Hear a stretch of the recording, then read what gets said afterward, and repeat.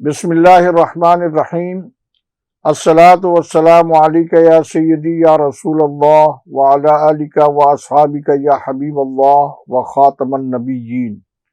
میں ہوں آپ کا میزبان سراج الدین امجدی،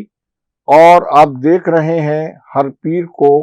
LDN پر نشر ہونے والا اپنا پسندیدہ پروگرام ہیلتھ ڈائری۔ اللہ کریم سے امید ہے آپ جہاں بھی ہوں گے بخیر و عافیت ہوں گے۔ جن ناظرین نے اب تک چینل کو سبسکرائب نہیں کیا، وہ صحت کی سرکاری، نجی اور عالمی خبروں سے باخبر رہنے کے لیے پہلے چینل کو سبسکرائب ضرور فرما لیں، اور جن دوستوں نے چینل کو سبسکرائب کر لیا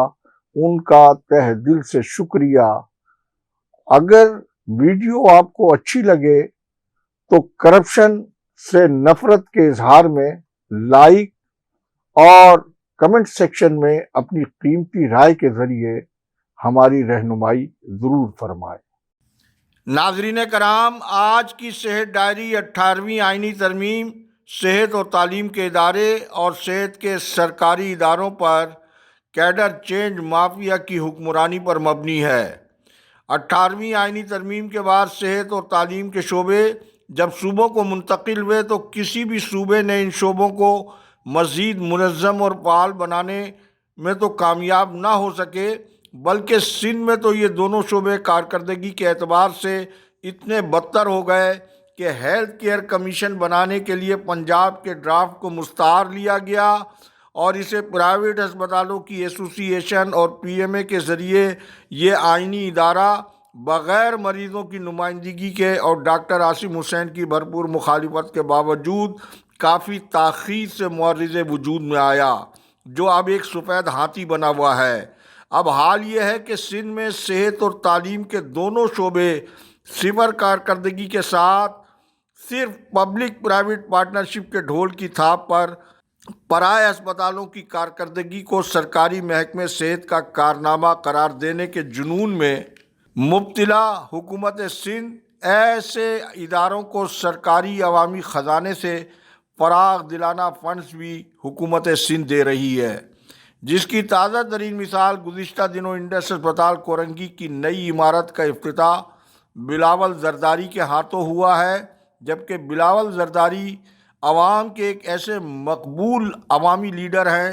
کہ جب بھی وہ کسی عوامی تقریب میں تشریف لے جاتے ہیں تو ان کی نجی سیکیورٹی ان کے ارکان اسمبلی تک کو ان تک رسائی نہیں دیتی ہے۔ لہٰذا سندھ کے سرکاری ہسپتالوں میں غریب لاوارث مریضوں کو مفت علاج کی سہولیات کے حصول کے لیے آج جن دشواریوں اور مشکلات کا سامنا ہے، یہ زمینی حقیقت نہ تو بلاول کے علم میں ہے، اور جو فوج ظفر موج ان کو چلانے کے لیے مقرر ہے وہ جی حضوریوں کے وہ درباری ہیں جو خدا نخواستہ کسی برے وقت میں بھی بلاول کو حقائق سے آگاہ کرنے کے بجائے انہیں سب کچھ ٹھیک ہے کی رپورٹی دے رہے ہوں گے۔ جبکہ عزیزم بلاول زرداری کو میں برسبیل تذکرہ یہاں یہ بھی بتاتا چلوں کہ انڈس ہسپتال کے CEO ڈاکٹر عبدالباری خان قبل از وقت محکمہ صحت سندھ سول ہسپتال کراچی سے مستعفی ہو کر انہوں نے انڈس ہسپتال ایک اور تنظیم سے لیا ہے، اور اسی طرح پروفیسر ادریس ایدی نے بھی قبل از وقت ڈائی یونیورسٹی سے مستعفی ہوئے اور سعودی عرب چلے گئے۔ اس کی وجہ کوئی بھی قابل باصلاحیت شخصیت موجودہ سرکاری نظام صحت میں رہ کر اپنے وقت اور صلاحیت کو گنوانا نہیں چاہتی ہے۔ حالانکہ 18ویں آئینی ترمیم کے بعد ہونا تو یہ چاہیے تھا کہ صوبے صحت کے محکموں میں انتظامی صورتحال کو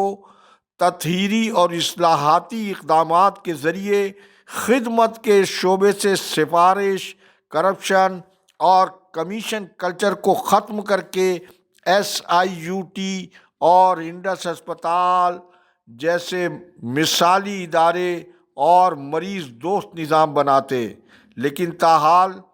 سندھ سمیت کسی بھی صوبے میں ایسا نہیں ہو سکا۔ بلاول زرداری تو اپنے گھر سے اپنے صحت کے سرکاری ہسپتالوں پر اعتماد کا جائزہ لیں۔ ان کے والد محترم اور صدر مملکت آصف علی زرداری نے آج تک اپنی معمولی یا کسی غیر معمولی علاج کے لیے کسی سرکاری اسپتال میں جانا پسند نہیں کیا۔ وہ ہمیشہ ضیاء الدین اسپتال میں یا بیرون ملک میں اپنا علاج کراتے ہیں۔ خود کیا یہ کم ہے کہ ڈاکٹر رت کے امفاؤ سول اسپتال کراچی کے ایم ایس ڈاکٹر خالد بخاری کا اپنے دل میں اسٹینٹ ڈلوانے کے لیے وہ سول اسپتال میں امراض قلب کا مکمل وارڈ ہونے کے باوجود وہ نیشنل میڈیکل سینٹر جیسے مہنگے ترین اسپتال میں گئے، جس کا صاف مطلب ڈاکٹر خالد بخاری جس اسپتال کے خلاف قانون انتظامی سربراہ ہیں، انہیں اپنے ہی اسپتال کی کارکردگی پر مکمل اطمینان نہیں ہے۔ پھر سندھ کے مذکورہ پس منظر میں اگر ہم محکمہ صحت پنجاب کی کارکردگی کا اجمالی جائزہ لیں تو وزیر صحت و بہبود آبادی پنجاب عمران نذیر کی یہ ویڈیو پہلے آپ ملاحظہ فرمائیں۔ بیسک ہیلتھ یونٹ، ٹھیک ہے، اس پہ ایک ڈاکٹر ہوتا ہے اور سٹاف ہوتا ہے، اس کے بعد آر ایس سی ہوتا ہے، اس میں 2-3-4 ڈاکٹر ہوتے ہیں اور باقی سٹاف ہوتا ہے، پھر ٹی ایچ کیو ہوتا ہے جس میں نیورو سرجن نہیں ہوتے۔ اب آپ خواہش کریں کہ گجر خان کو ٹی ایچ کو نیورو سرجن دے دے تو میں باقی کا کیا قصور ان کو کیوں نہ دوں؟ اسپیشلائز ہیلتھ کیئر کے اسپتالوں میں نیورو سرجنز ہوتے ہیں، ٹی ایچ کیو میں نیورو سرجن نہیں ہوتا۔ ہم اپنی نئی ہائرنگ کر رہے ہیں، ہم اپنے نظام کو دوبارہ سے ڈیزائن کر رہے ہیں۔ میں نے آپ سے ابھی یہ عرض کی بھائی کہ گجر خان چونکہ ایک وائبرنٹ ٹی ایچ کیو ہے تو گجر خان کو کی گریڈنگ کو ریویو کر کے دیکھتے ہیں، اس کا دوبارہ سے جائزہ لیتے ہیں۔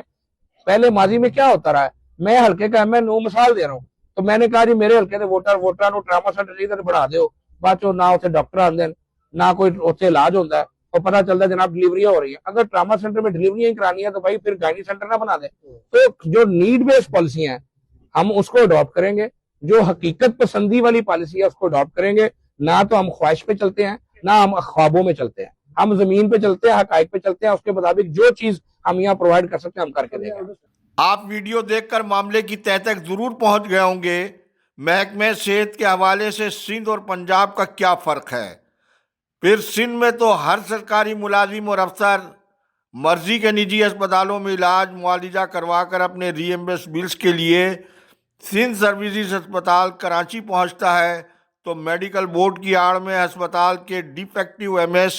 اور سیکریٹری صحت ریحان اقبال بلوچ کی آنکھوں کا نور، دل کا سکون وہاب اللہ یوسفانی، خریدے ہوئے نمائشی ایم ایس ڈاکٹر غلام حسین بروہی اور لاٹری میں نکلنے والے سینئر میڈیکل آفیسر اور procurement in charge doctor Sikandar Iqbal اور ان کے مقرر کردہ ہر کارے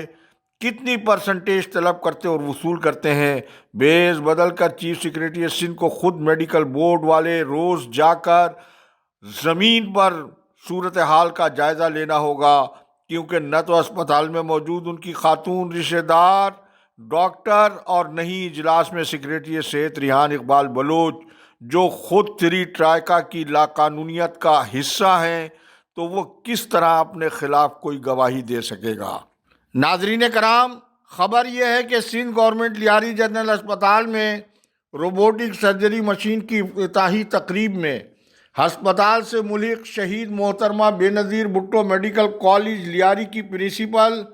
پروفیسر انجم رحمان کی سازش اور جھوٹ کے نتیجے میں حکومتی جماعت کے ارکان اسمبلی کو دور رکھنے کا معاملے کا حکومتی جماعت کی خواتین ونگ کی سربراہ علی فریال تالپور نے سنجیدہ نوٹس لے لیا ہے، جس کا ثبوت اسکرین پر پہلے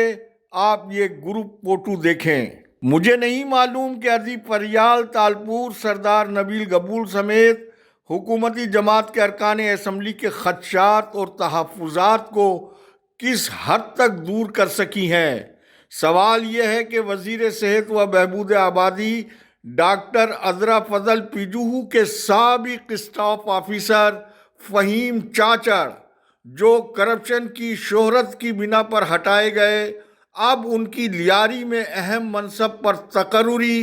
اور پہلے سے یہاں موجود پروفیسر انجم رحمان جن کے دامن میں بھی کرپشن کی ہزار داستان کی سیاہ تاریخ موجود ہے، ان افسران کی موجودگی میں لیاری کے غریب عوام کی قسمت بدلے گی یا کوئی اور فریق اربوں روپے کا فنڈز انجوائے کرے گا؟ کیونکہ ماضی میں لیاری گینگ وار کے تنازع کو حل کرانے میں بھی ادیب فریال تالپور کا ہی کلیدی کردار تھا۔